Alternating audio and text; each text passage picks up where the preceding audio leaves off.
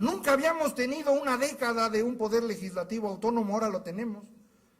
Y esto es lo que no reconocemos, poder judicial autónomo y legislativo autónomo. Antes no teníamos información independiente en México, antes no había elecciones confiables y no había derechos humanos, antes no había ni transparencia ni rendición de cuentas. Todo esto, por muy imperfecto que tengamos hoy, es algo que hemos ido construyendo en los últimos 10 o 15 años, no antes que eso. Entonces México sí se ha transformado de manera muy importante. Ahora ya las cosas no son discrecionales, ahora empieza a haber reglas más ordenadas. Y hemos tenido cambios también muy significativos en otras cosas que debemos reconocer, porque aun cuando estos cambios van ayudándonos a que las cosas funcionen un poco mejor, hay otras cosas que se nos van atorando.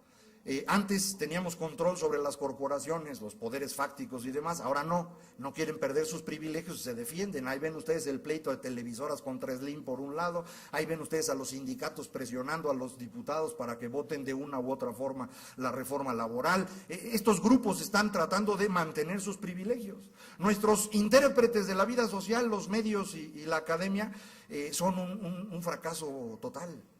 Es decir, todo el mundo siempre se queja en México de que los políticos son malos. Yo creo que los políticos en México han hecho más o menos lo que han podido. Pero si alguien ha fallado en este proceso de transición en México, han sido los medios de comunicación y la academia, que nunca han sabido interpretar qué está pasando y que no actúan para eso, actúan para ver cómo consiguen una lana de parte de los mismos políticos a los que están normalmente acusando. Y si no conocen eso, lo conocerán con su debido tiempo. Así son estos personajes, incluso algunos de ellos se han ido convirtiendo en poderes fácticos. Otros intentan mantener privilegios o recuperar privilegios que tuvieron en otras épocas. Entonces, este periodo de entre regímenes o interregno en el que estamos viviendo desde 97, lo que nos ha dado es un deterioro continuo de las instituciones, que es lo que hace que nos sintamos mal. Si los mexicanos, si fuéramos, personas totalmente racionales, puramente racionales, viendo las cifras diríamos, hombre, México está mucho mejor que hace 10 años. Todas las cifras lo indican. El único problema es que todos nos sentimos peor que hace 10 años. ¿Por qué? Pues porque hace 10 años vivíamos bajo un régimen político que estaba claro. Y de los últimos 10 años o 15 años, desde que se acabó el régimen, ya no tenemos esa claridad, no entendemos hacia dónde va el país y eso es lo que nos pone nerviosos. Eso es lo que nos está preocupando a los mexicanos, esa es la angustia. ¿Qué se ha logrado durante los últimos 10 años? Cosas que han ocurrido bajo gobiernos del PAN. La deuda externa se ha reducido de manera muy significativa, la inflación lo mismo. Han crecido las remuneraciones de los trabajadores como no ocurría desde los años 70 probablemente, incluso desde antes. La población tiene acceso a más cosas y para que todo esto sea más claro, lo voy a usar con grafiquitas, vean. Los avances en la estabilidad financiera, o sea, la reducción de la deuda, ha permitido que baje la inflación. Y vean ustedes la caída, estas barritas azules siempre son por década, ¿no? Las 3 décadas, 80s, 90s y los 2000s. Estos avances, reitero, han permitido una mejoría muy clara en el bienestar de las familias, tanto en las remuneraciones de las gentes, los ingresos de las personas, como en el número de viviendas. El Infonavit ha dado 3 veces más créditos en los 10 años últimos que en los 30 años anteriores, desde que se había fundado. Nada más por poner un dato. Incluso el salario mínimo, que siempre estaba mal, vean, se ha mejorado. Entonces, estas mejoras que hemos estado teniendo en ingresos se reflejan también, por ejemplo, en salud. Más cobertura en salud, ahora casi cobertura universal gracias al Seguro Popular, pero también más cobertura en el IMSS, más asegurados que cualquier otro momento en la historia previa. Mejoras en educación, la mayor cobertura en la historia, prácticamente el 100% de cobertura en primaria y en secundaria. 2/3 partes, o sea, 66% de cobertura en preparatoria, 30% de cobertura en la universidad. Ahora, que esa educación no sirva para nada es otro problema distinto, ¿no? Tampoco, también quieren todo. Los datos del censo dan esta información que es extraordinaria.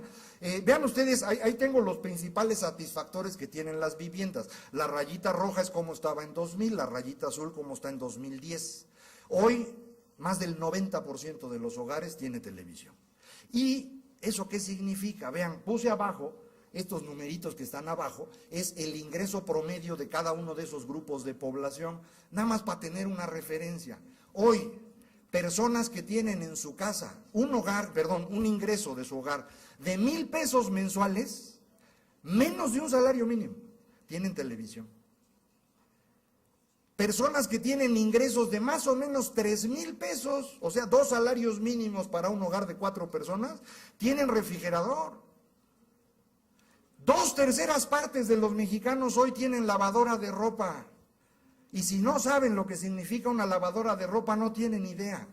La lavadora de ropa significa la independencia, significa espacio para las madres con los niños, a menos que se pongan a lavar su ropa